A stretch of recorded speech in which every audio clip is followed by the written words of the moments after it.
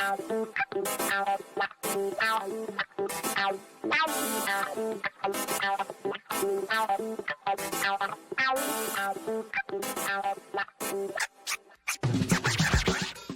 and welcome to this week's edition of CounterCast from Counterpoint. I'm Scott Stantis, one of the cartoonists here at Counterpoint. If you want to check us out, go to counterpoint.com. It's just that easy. You should subscribe because, well, you just should.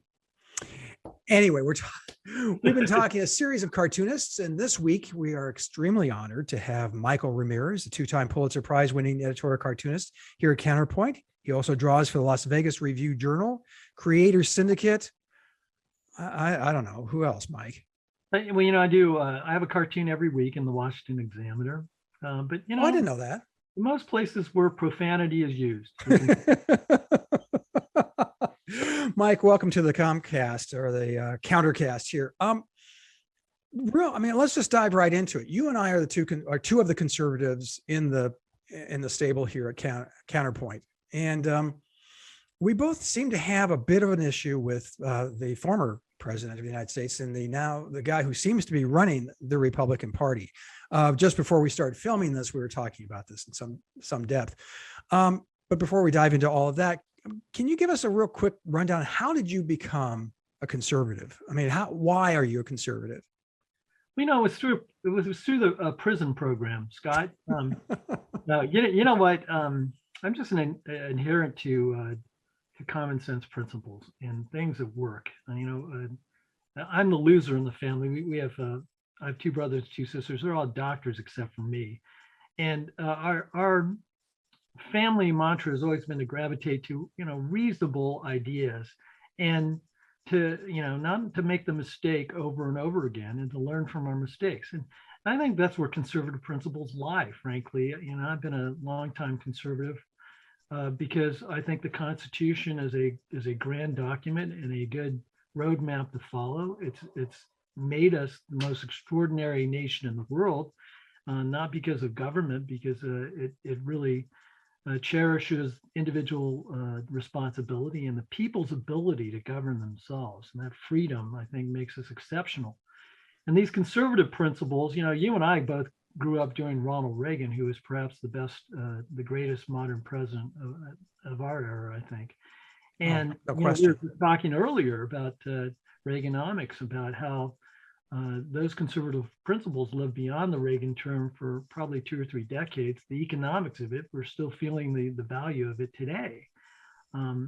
Because, look, I'm a free market capitalist. I think these ideas will work. You cannot micromanage an economy. And I think even during the Trump administration, when you had so many Republicans turning their back on free market economics, we've seen the malaise that's sort of been generated because of those ideas. When Trump came into office, you had $1.3 trillion worth of regulatory burden on our economy. Once that was lifted, the economy just exploded. But then they followed that up with about $1.2 trillion of these trade deals. And look, the China doesn't pay for those tariffs. Businesses pay for it. The consumer pays for it. It's not like Xi is in a democratic country where he has to fear getting reelected. He doesn't care. And so if you look at our trade deficit now, it's even larger than it was when Trump came into office. Well, that was always my complaint, and my my mantra was, all the people on the right, especially the Trump supporters, yelling socialism, socialism, socialism. I go, socialism is control of the means of production, and what controls the means of productions? Tariffs. Exactly. And look, all these, because we have a global economy, all these cogs and wheels and things that utilize in business are integrated from the bottom of the supply chain to the very, very top. To me, it was kind of foolish where they went after steel. Let's go after China. Let's go after steel. The Bush administration had done that, and it was an abject failure. After 26,000 jobs were lost, they realized that it didn't work. And in this circumstance, China wasn't even in the top 10 of steel suppliers to the United States. It made no sense. It just made you and I pay for goods and made them that much more expensive. Well, it also put a kibosh on and slowed down significantly the growth of construction, and especially in downtown areas where Doing it now. And then look, you get inflation as a result of all these, all these brokered deals that go between the suppliers and the people that ultimately make our goods. So, I mean, if you want a direct result of these kind of bad economic policies that are not, I don't think, conservative policies and not Republican policies, well, now you see it. Well, let me follow up real quick. Your education, though. I mean, this is why it's surprising. Okay, Sorry, that was the NSA did not like that question. Yeah. So we'll go to the next one. But was that the teacher, or was that the teachers union? I think it was the teachers union. Yeah, how dare you? How dare you? Sorry, a little Scandinavian girl just took over my body for just a second. But your education, you're native of Southern California. You're a product of that education system, and your last name is Ramirez. How did you get from point A to point? How did you get to being a conservative? What was your political education? It was actually a result of immigration. And my great grandfather was a legitimate immigrant, a legal immigrant to the United States. My grandfather on my father's side was from Mexico. My grandmother was from Spain, and my father was actually born in East LA, and he and his 8 brothers and sisters grew up in LA, and they learned about these conservative principles firsthand. And granted, part of it was a result of having this Roman Catholic orthodoxy as a background to establish those kind of ideas of morality. But a lot of it was just as a result of being unleashed in an environment that cherished freedom and liberty, and they just, like every immigrant does that comes to this country, it's such a different environment than the one they came from. They just totally take advantage of it. And I think as for you, but I'm saying, as for you, and I think you and I had the same kind of response to our environment. I'm a little older than you, but I mean, I was in Madison, Wisconsin, and worked on, and my response to this repressive liberalism that, people always say, oh, Madison, it's such a liberal town. I go, no, it's only a liberal town. And so my reaction, I think there's something intrinsic in our personalities that said, well, screw you. I'm going to go contrary to the dominant paradigm here, and I'm going to think things differently. And frankly, as you started to explore these, and I have to believe this happened with you because you're from, again, the environment of Southern California, predominantly Democratic, predominantly liberal. Mm-hmm. I mean, you grew up in Orange County, though, right? Yeah, I did. So my father, though, let me interrupt for a second. My father was the first in his family to go to college, and then he, in the meanwhile, during that period, he was a farm worker. I mean, he picked grains in the field and strawberries and stuff. But then he met up with a man who taught him business, and then he started getting on the business side of things. And I think that started the foundation of his conservative ideals. But for me, I grew up in a family that had conservative ideals. My dad ended up being in military intelligence for 23 years, so we got kind of the military background, the pro-military background, I think when you look at our broader philosophy, it's one that's based on this kind of realistic, rational realism, rather than the kind of emotional thing. I mean, I don't think anybody thinks they want poor people. Nobody wants people to suffer, and we want to give them every opportunity they can. But the question is, what of these opportunities realistically can be engaged so that the overall population benefits? A good example of this is when I was at the LA Times. I used to joke that the only times that I had to wear armor and a Kevlar helmet was either to go on the US tours to Afghanistan or Iraq, or to go into the office at the LA Times.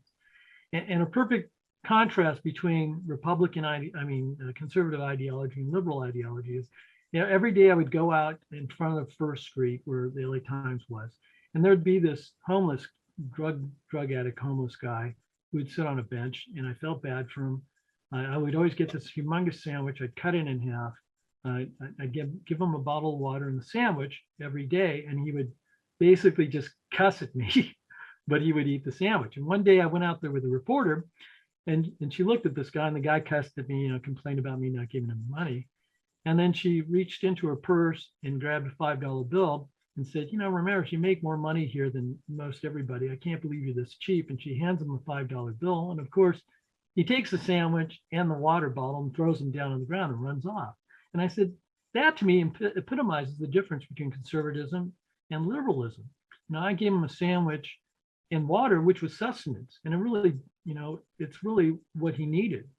You gave him $5, not because it made him better, but because it made you feel better about it.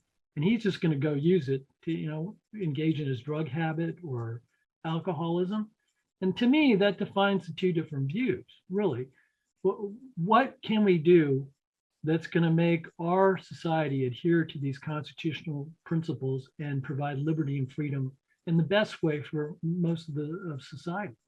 Yeah, I couldn't agree more. And that's always been my take on conservatism is that, working at the Chicago Tribune for all those years and thinking, okay, there's a woman on the South Side, terrible environment, terrible schools, bad representation, but she's very good with hair, and she wants to open a hair salon.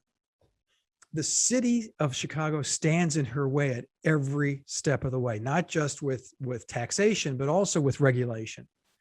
And my view is, if she has the chutzpah to go and do this, then we should do everything we can to make it as easy as we can for that person to do it. And that to me is compassion. And to your point, that to me is how, why conservatism really is more compassionate, I think, in many ways. And that's why it's more practical. Just think of it in economic terms. There's a finite resource of money out there, really. Who utilizes that money better? The people that generate businesses and jobs and innovation, or a government that's really just the go-between that marshals the paperwork from place to place? It is the individual that creates these jobs. And they keep on going after rich people and, these large companies, and some of them do. I'm against crony capitalism as much as the next guy. But who provides the jobs? Who pays these people? And they don't think about the negative effects that incur when you make these kind of decisions that are emotionally based, but not really practical in terms. Like, great. You look at the auto industry as a perfect example. You could say, well, we want to have this wage, the living wage for not just the auto industry, but everybody at $15 an hour.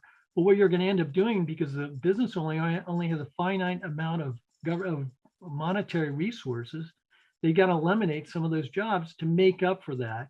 And the better way to do it is through automation. So you eliminate them completely. The auto industry has been hurt more through automation than anything else. And that's just a practical response to monetary decisions. If you're a business owner, and you have to pay your bottom line, and your percentage that you're making is not all that much, what do you do? Well, I was actually on a flight fairly recently, sat next to a guy whose job was to sell heavy equipment to manufacturers. And I said, during the course of the flight, I said, how has your job changed over the years? He said, the most telling one, and this is actually going to come up to a question, I swear. He said, the most telling change was he'll drive up to a factory and he knows it's at 100% capacity, but it's pitch black, except for a couple of lights on in the office, because there's two guys who can run the whole place. It's been automated. As a conservative, I'm trying to think, and this is a big issue, and it's going to be bigger over the next decade or two. And that's, you touched on automation. What do you do with an economy where so many things are automated, where you may have a permanent unemployment rate of 25, 30%? Now, as a conservative, I'm thinking, well, the marketplace is going to step up and there are going to be other jobs. But if everything is automated, let's say they perfect driverless cars. So you've gotten rid of truck drivers, you've gotten rid of bus drivers, you've gotten rid of taxi drivers. As a conservative, what's the answer to that in terms of looking at that kind of economy, and how do you manage it? That's a difficult question. And what I can say is, as a free market economist, a person who supports free market economics, I think these things will resolve themselves. There are plenty of other ways of innovation as we're getting into automation, but we're getting into new technology as well. Somebody has to build these components. So I think it's going to find its way. It's sort of like, during right prior to the Industrial Revolution, they were asking the same questions. What are we going to do when there's nobody to produce these things that we used to do before? I always loved that movie with Danny DeVito, Other People's Money, I think it was called, and he used the example of the buggy whips. You can make the world's best buggy whip, but once you have cars, then really doesn't make a difference how good the quality of the buggy whip is. They will innovate and they'll find out ways around it that will ensure that people keep employed. I think because what's the other alternative? Are we just going to have a socialist society where everybody's dependent on government for income? I think that's inefficient. It takes away the heart and soul of people. I think the difference between conservatives and liberals are, I believe in people. I have an extraordinary respect for what the human soul can do. I mean, I look at my father, who really started with nothing, and put himself through college, and he's got 4 good kids that are doctors and 1 loser kid.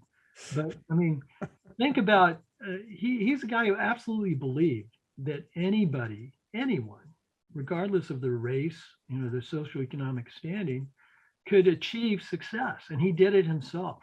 I'm a big believer too. I mean, these people that are contesting these, learning the fundamentals of education, and instead want to incorporate social engineering, those people, because everybody has to be cloistered and pampered because they don't want to be hurt or intimidated. They just don't believe in. I'm feeling a little unsafe right now, Mike. They don't believe in the human spirit. I don't think that minority kids. I mean, I'm half Spanish, 1/4 Mexican. Half Japanese, 1/4 Mexican, 1/4 Spanish. Completely confused. I don't think I'm any different than any other person, and I don't think ethnicity defines who I am or limits my progress. Socioeconomics doesn't limit what I can or can't do. And I believe every individual has the ability to succeed if you give them an opportunity. It's amazing when you look at, you go ahead and pay people not to work, and we're surprised why unemployment hasn't, resolved itself. It's a pretty simple, straightforward equation. Human beings are very, very resilient. And I think every person has the ability to succeed if they put their minds to it. I think that if you look at human nature the way it is, we're going to take things for free. That's just the way people are. But if you put them in a situation where they need to do something to survive, they will surprise you amazingly how innovative they can be. I would say that when I talk about ethnicities, and now everybody wants to be woke and they want to define people in these stupid categories, these categories make no sense. As I said, my brothers and sisters have all the same ethnic background, and we couldn't be 5 more different people. There are 4 people that are helping the world, and I'm the one evil seed that has to balance that by being obnoxious. Well, let's move. I mean, before we tie things up, there's a big orange gorilla in the room here that neither you or I have talked about yet. As cartoonists, as creators, as conservative commentators for the last 4 years, it has been very, very difficult. For me, I do define myself as a never Trumper. You don't define yourself that way, but you are not a pro-Trump cartoonist. You're not a pro-Trump conservative. I mean, why not? Well, as a political cartoonist, I don't define myself. I don't align myself and define my cartoons by party or personality, honestly. Although I want to know where he gets that spray Oompa Loompa tan, because I think that's pretty cool. I think there are many things that the Trump administration has done, reasonably well. Unleashing, I agree. Lifting those those regulatory restrictions, I think, was number one. Well, there's a lot of things that I agree with. I mean, in this day and age, when you have people that want to kill large numbers of people, it only makes sense to secure your borders. I think these liberal politicians that don't want secure borders ought to take all the locks and windows out of their house and see how that goes for about a month and a half. Now, frankly, I define my politics by the issues of the merit itself. And this is where, I always say, look, I'm not anti-Trump, I'm anti-stupid. When you look at, Well, tomato, tomato. well, when you look at the president, I mean, you lost to a guy that you lost to our now president who is barely in charge of his mental faculties. How bad of a candidate do you have to be? You lost the House, you lost the Senate. Frankly, I think losing the Senate, I attribute that directly to President Trump, because the Republicans voted in the numbers that they had in November. Not only would you have won both seats and still had the Senate, but you would have won them by a large margin. It's because those people didn't show up to vote. Republicans lost. And my biggest problem is, as a political cartoonist, my allegiance is to the truth, to liberty. I think we should have these conservative principles. I think that's the best way to go about it. An adherence to the rule of law. The difference used to be, we knew the difference between right and wrong. Fidelity to the Constitution, having a strong national defense, individual liberty, and with that comes individual responsibility, free market economics. Those are the things that I adhere to. And I don't see the Republican Party or this kind of Trumpism doing that. It's a cult of personality, and I think that's dangerous. And the problem is that now they've relegated this Republican Party to less than 25% of the voting electorate. And you have 41% of independents, and I think 33% of Democrats. And the problem with this, Scott, is, as you and I know, in order for Republicans to win, they have to show up to vote, period. Now, it's not that they're going to go and vote for these kind of crazy, insane policies. Remember, I think it was 52% of the people that voted did not embrace the Biden policies, but were voting against Trump. And the Democrats, they're voting against Trump and not for these fringe left policies. Now, if you're going to win future elections, you have to have Republicans show up. That's what happened in Georgia. By adhering to these nutty ideas that are anti-science, not acknowledging that COVID is actually a dangerous virus, this kind of flat earth society about the elections. I mean, look, 5 of the 6 states had Republican legislators that define what the election rules are going to be. You have to believe that, over 61 judges, many who were Trump appointees, many who were conservatives, the entire cyber network that was appointed by a Republican administration, the county, because remember, we have an election that's an amalgam of 50 independent electoral bodies defined by their states. It's not a federalized election. So all those Republicans and every level of those states, and all the Republican judges and all the cyber people and everybody had to be in this massive conspiracy to dethrone Trump. I just find that impossible to believe. That's like having 92 people on the grassy knoll waving their guns over their heads. I'd say it'd be pretty easy to see that sort of conspiracy. And with social media today, you can't even keep a secret between relatives, much less that many people. And you can't tell me that the Republican Supreme Court is also in on the conspiracy. They had over 61 cases to produce any shred of evidence to point towards this election. And even if this wasn't even that close of an election, Florida was close. It came down to 154 votes at one point, I think, when they're recalibrating the votes, on one state that would have been the deciding factor in that election. This state, if you took the 3 closest states and you overturned them, he still would have lost the election. There weren't enough votes there for him to win this election. So this is just nonsense. We need to move forward.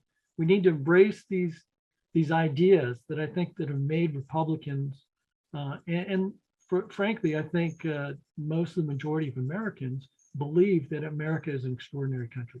Well, just to confirm what you just said, I mean, you look at the state votes in state houses that went to Republicans, governorships that went to Republicans, obviously, a U.S. House of Representatives, those numbers, they narrowed that down to 5 votes in the House of Representatives. You have a tie in the Senate. The Republican Party, and I love the crowing about how the Republican Party is dead. Excuse me? I mean, we control the Republicans control a majority of houses, but they keep falling for this crazy narrative that instead of what you have just been so eloquently saying about ideas and ideals, but this fealty to an individual, which, like you said, is a dangerous, dangerous idea. And I hope they come to their senses, but they show no indication of doing it. Down here in Alabama, they've, This is the worst thing about it, Scott, is that, look, after 8 years of Obamonomics, we showed the failure of these kind of liberal policies. And America's ready for a course change. I mean, we're ready for a Reagan revolution. And I believe that, and maybe this is contrary to conventional wisdom, but I believe any Republican, beyond a couple of those out of the 16 or 18 that ran, would have been a good selection. And I think America was ready for that change. Had we had a good conservative banner holder, I think we would have not only won this election, we would have increased our margin in both the House and the Senate. And these conservative ideas, like we did during the Reagan Revolution, would have lasted another, couple decades. And I think, unfortunately, we lost that. And what I say to kind of prove this is, look, many of these things that Trump did were good, but they could have been done better. I mean, I think we could have secured the border had it been somebody who wasn't so, crossed up by all these statements and posts and, little fringe things that were going on. I think we probably could have done that. I think the economy would have been much better had we had a free market economy instead of these tariffs that I think have produced more trade deficits. I mean, the deficit with China did come down a little bit, but that deficit increased with other countries. But that's sort of the way economics gravitates anyways. And yes, I want to hold China accountable, but I think there's more responsible ways to do it by engaging them on a level where you do it in concert with other countries rather than trying to intimidate and go it on your own. I think China is a huge economy, and they ought to be playing by first level rules like everybody else in the WTO instead of having these third country rules when obviously they're a massive economic structure.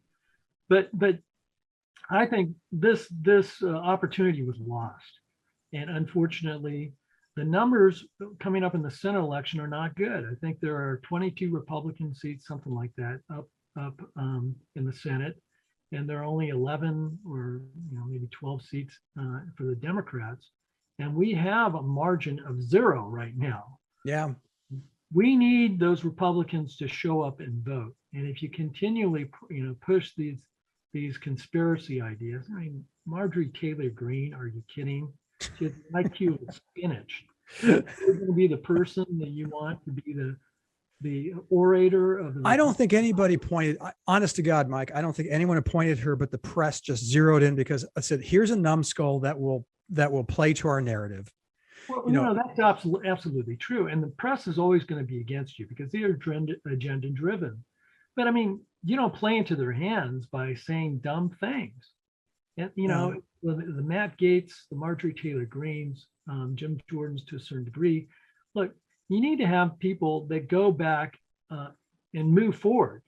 Go back to our constitutional principles and move forward instead of, pining onto these conspiracies. I think Marjorie Taylor Greene thought that 9/11 was a government conspiracy. The lasers started fires, in California. Well, Jewish lasers. Yeah, that's right. Well, in that case, then I agree with her. Of course. Well, Jim Jordan, I think, by the way, we need to put a word out real quick. I want to start a fundraiser to buy him a coat. Because I would like to make him the Olympic wrestling coach and get him out of the legislature, frankly. Well, let's see what we can do. Hey, before we say goodbye, where can people see your work? Where do you want them to see your work? Well, you know what? You can find me daily in the pages of the Las Vegas Review Journal. You can find me at www.michaelpramirez.com, of course, at Counterpoint, where you have a wonderful, a very talented editorial cartoonist, and Scott Stannis. Yeah, there you go. Scott's work is incomparable, I think. And and of course, anywhere, if you just Google my name and you get past all the profanity, you'll see my cartoon. You do get a lot of profanity. I do. That's just my relative. That's the sad thing about it. I mean, does that bother you at all? Because it never bothered me. but It's the medals that we wear. When I took over for Paul Conrad, of course, he's the antithesis of what I believe in. And so I had Paul's old office. And one of the things I used to do is I would take my hate mail, and I would get really creative hate mail. I mean, I got hate mail where they would cut out the letters and glue them on there so we couldn't find out who they were. And some of those we actually had to forward to the police. But I would take the hate mail and I would just tape it up on my wall. By the time I left the LA Times, it was 3 layers thick. They think that it's going to intimidate us, but it's really, it's showing us that we're doing our job. Did it ever scare you? Seriously. There were only a couple letters that scared me. One time, remember Mike Niblock? Did you know Mike? Oh gosh, yeah. Yeah. Okay, so one time I was working at, Scott and I traded jobs at the Commercial Appeal, so we had the same office. But in Memphis, Tennessee. In downtown, it's just nothing but 3 huge panes of glass. And one night I'm working there, and I get this crank call, and he says, "I hate your cartoons." And I said, "Well, you're gonna have to get in line with everybody else. But thank you for calling." And he says, "I also hate that red shirt that you're wearing." And I look down and I'm going, "Yeah." And he goes, "And I hate that stupid San Francisco Giants cap." And I suddenly realized that this guy knows exactly what I'm wearing. It was Niblock. He was in an apartment across the way, and he was just so that was the one time I was scared. But you know what? Look, we're trying to be the catalyst for thought. I want people to engage in the system of governance. Look, we have the best system of government in the world, and it's run that way because it's run by the people. My job is to stimulate the people, to get them engaged so that they can define what kind of government they want in the future. I want to be, we're like the Super Bowl ad. We got 2 or 3 seconds to capture the viewer's attention and another, 3 or 4 seconds to deliver the sales pitch. I want them to believe in the things I want to believe in, but at the very least, I want to engage them so that they get stimulated enough to get involved. It's very, you and I have friends that are politicians. It takes very little to make their entire staff work on one issue. If you get 10 people that call about one issue, they get their entire staff to work on it. It takes very little to have an impact. And in this last election, you can see it takes very little people to make a difference. So I want them to be involved. Obviously, I want them to be a, knuckle dragging, Cro-Magnon conservative person like I am. But I do want them to understand that these liberties are very, very precious. They're only one vote away from being eliminated. And that with this liberty, you get it for free. But with this liberty, you have a responsibility to be informed. My job is to be the stimulant, to say, this is what you ought to take a look at. These are the issues you ought to really look deeply into. Well put, Michael. Thank you so much for joining us here on CounterCast from Counterpoint. You can see Michael's work at Counterpoint. You can see it at the Las Vegas Review Journal. You can see it at michaelpramirez.com, and just Google him, but don't blame us for the ads you're going to be seeing for the next 10 minutes. Michael, thank you for joining us. No problem. And, a lot of those times, physically, I cannot do that. The things that you guys are encouraging me to do, my body just doesn't bend that way. So you're just not trying hard enough. Thanks again, buddy. See you, Scott.